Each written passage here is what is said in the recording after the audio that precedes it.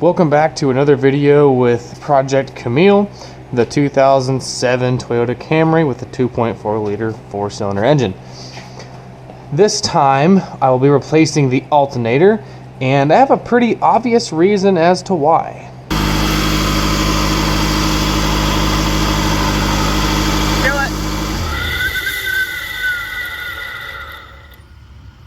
So as you could have guessed from the title of the video, alternator replacement, alternators aren't supposed to do that.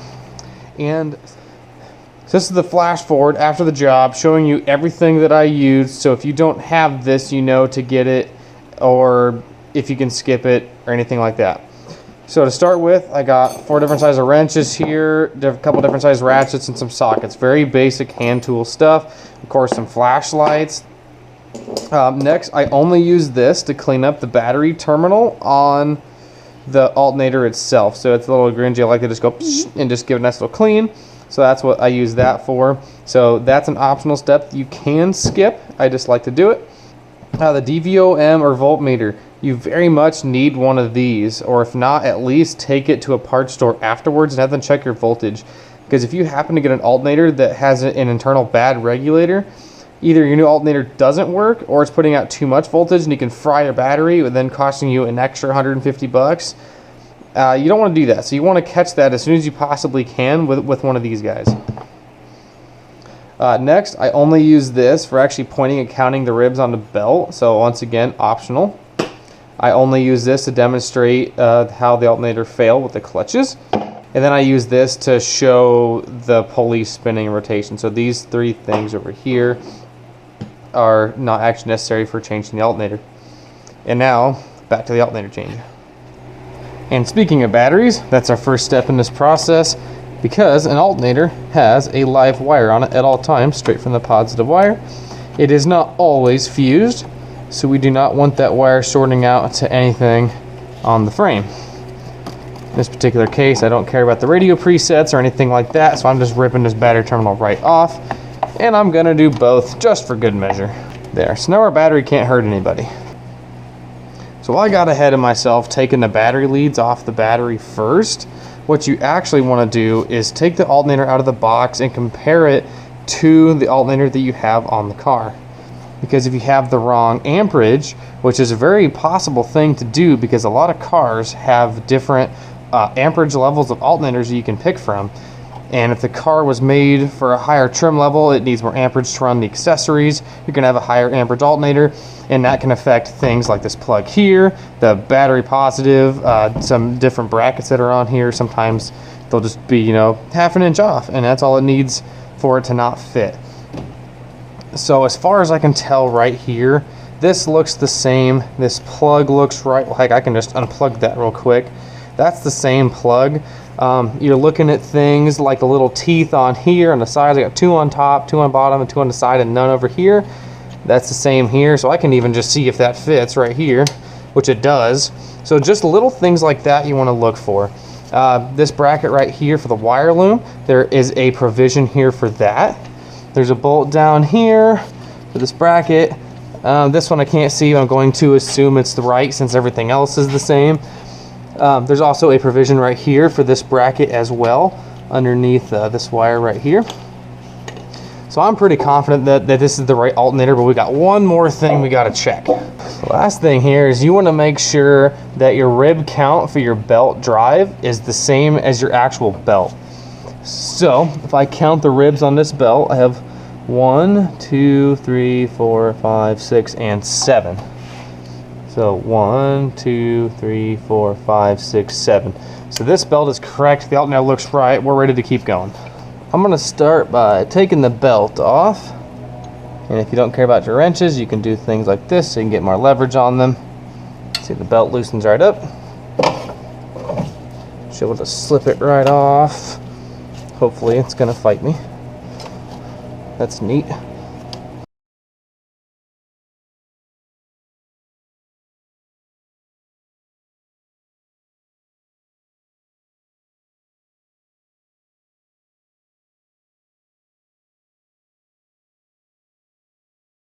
There we go. Okay, so that sucked. So the hope is the belt will stay relatively put and not fall off of everything while I'm working on it, but looks like that's already failed. So now I can move on to this. Wire's unplugged. This wire right here is the one that goes to the battery and has constant voltage all the time. And it's not always fused. So you don't want to take this thing off and start slamming it around, sorting things out and doing crap like that. Next, I'm going to take the brackets off of said alternator. 10mm bolt up top.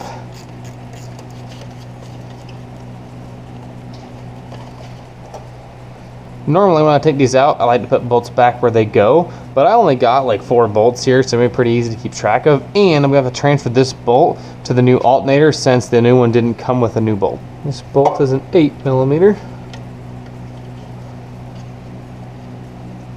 Now it's hitting that plastic shield there, which is awesome, by the way. Well, there's 3 bolts holding this little plastic shield on, but I shouldn't have to do that to change an alternator. Let's see if I can pry it back just a wee bit. Yep, that was the trick. Unbroken. Okay, now our bracket's out of the way there. And unrelated, but I'm going to unplug this one right here so I can have more wiggle room with my harness. I'll take off as little as possible. So now I'm ready to take off these 2 bolts. I'm going to take off the bottom one first, not really for any particular reason. It's a 12mm, and I like to see that it wasn't overly tight, which means whoever put this on last time actually knew what they were doing.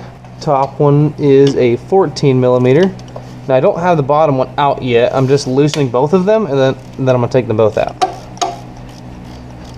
Okay, there's our top bolt. Okay, bottom one I'm able to unscrew by hand with the socket.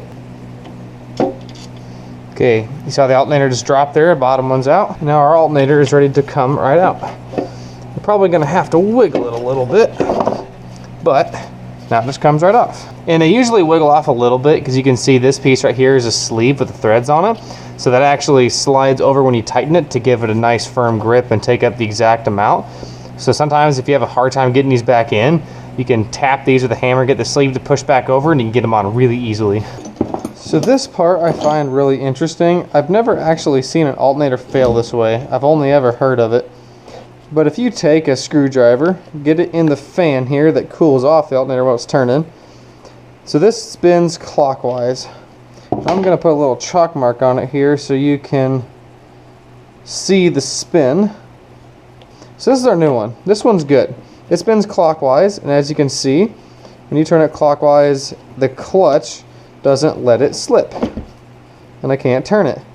However, if I turn it backwards, it slips all at once. It's a one-way clutch. This helps reduce wear and tear on the belt and helps it live longer, keeps them from slapping around, so among a few other things.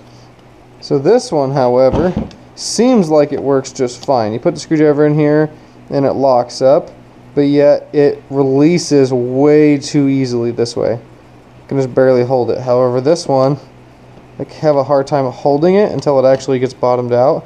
You can, but it's a lot more force, and you can tell a bearing and something on this one is just let go. There's just no resistance to it at all. Whereas this one, you can even see the difference if I just spin it and let go. I wanted to show you this too. Remember the sleeve I was talking about right here? See how it's not flush with the edge of this anymore because it's been pulled in. This one over here, you can see is flush. So when I tighten this up with that bolt, it'll pull that over and then give a nice snug fit. If you ever have one that is pushed over, you know, or pushed in too far from the factory, or somebody else installed it already, or whatever your situation is, you can tap this with a hammer and just get it to go back a little bit so you can get your alternator in. So I'm going to use the top bolt because I can actually see it from up here. I'm going to use these little arms here, one on each side of this little casting in the block here. And I should be able to start it by hand, which is exactly what's happening, so that's good. So I'm going to go ahead and start the bottom one. Might have to wiggle it around a little bit. So what I do is I'm a little bit past where it's supposed to be. I put the bolt in and it hits solid in the alternator. I'm going to pick the alternator up and pivot it, and you can hear the bolt fall into place, and you can feel it better than you can hear it, if that makes any sense. But then you can just start threading it on. And so just like everything else, you want to get all the bolts started first, which in this case I've done.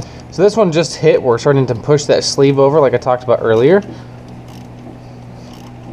I'm going to get it till it just barely starts to snug up, which is going to be right about there. And I'm going to go hit the other bolt. Okay, just a little bit snug there. Now I'm going to go back and finish up that first one. Once again, it's hitting and I'm just going a little snug. Keep in mind, they are aluminum threads. You can over tighten them and you will pull threads out of them. So the top is good, and if you're worried about it, don't use a ratchet this big. That is a big help as well. So there we go, snug a little bit. Alternator doesn't move at all. Clutch feels really good. So now I'm gonna put the belt back on this first, so I don't have to fight all this wiring and stuff trying to put that back on. So I have it snaked back onto the power steering pump back there. All the ribs are in place, because if they aren't all in place, you're never going to get the belt on. I'm putting my wrench here back on the tensioner pulley, and I'm once again going to mistreat my wrenches. Alright, so in this case I'm going to have to put it on the alternator pulley first, and then slip it back over the smooth pulley here. Sometimes when pulleys have a big kind of embossment in the front of them, it's hard to get the belt over it.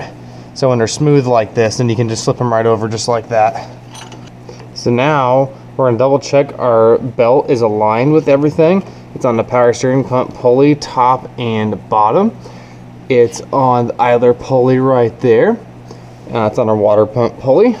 It's on the AC compressor pulley, at least on the top. I'll have to feel for the bottom. And it's on top of the crank pulley. The alternator pulley is on top and bottom. I'm going to feel the alternator. I'm going to feel the air conditioner pump, which I can feel it is on there straight. And the crank, I can see from this angle that it is on. So we're good from here. And then go ahead and plug in our mystery connector here. Alright, same thing as before. I'm just going to start this and not actually tighten it down, just in case I need to take it back off or do whatever. And before I plug this stuff in, I'm going to put the bolt for this in, because remember, this plastic piece fought me on the other one. So I'm guessing it's going to fight me here, but we'll find out. It is not going to fight me here. That is good news. This is a pretty tiny bolt, so just hit till it bottoms out and just a little bit snug, and then we're done there. Next, I'm going to plug the connector in. Push on it until you hear that clean snap noise. I'm going to put this grommet back on that. And now, just make sure your wires aren't all twisted up together. Now, most alternators usually come with a new bolt like this, and this looks kind of dingy, so I'm going to clean them up a little bit. You don't have to do this part. I just like to ensure that it's going to be fine. There, much better.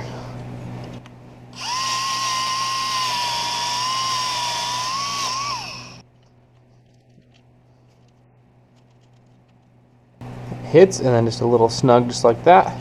I'm going to wiggle this around, make sure it can't escape. And I can still turn it a little bit. I'm going to tighten it just a little bit more. There we go. Nice and tight. Put the grommet back on here to help keep that protected. Now we're ready to put on the battery. Make sure that's seated all the way on there.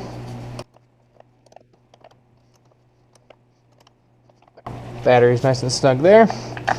And now this part, before I actually just slam the sternal back on there, I'm going to give it a quick tap to make sure the alternator's not internally shorted or anything like that. Just going to, nope, no major sparks, so we're good. And go ahead and snug that down. With my multimeter set up and ready to go, hooked onto the battery, I'm going to check for two things immediately after I start it. Thing one, I'm going to make sure the battery isn't overcharging, because if it does, you want to shut it down, because you can fry a battery, they can explode, not good things happen. Item two, not necessarily in this order, but you're going to make sure that belt is on all the grooves. You can shred a belt doing that very quickly. Belts can cost anywhere between $60 and $100. You don't really want to ruin that. So your alternator is charging very nicely at 14.06 volts. We can see our belt is on all of the pulleys just like it should be, so no problem there. So when you're done with all of that, Alternator works, everything fit. I have the bolt, I have the nut on here that goes with the alternator, so everything that needs to go with the alternator can go with it. I like to put things back the way that they came. I like showing that I actually care about what I do and helping somebody out down the line. You know, it keeps these connectors from getting broken off and packaging and shipping and things like that. So put him right back in here. That fell off. Let me fix that. I'm going to put those terminals up against the bubble wrap here to help protect them in shipping. I'm going to include all the packaging they sent with it. Now I'm going to take this back for my core charge. If you liked this video or if it helped you out in some way, please like and subscribe.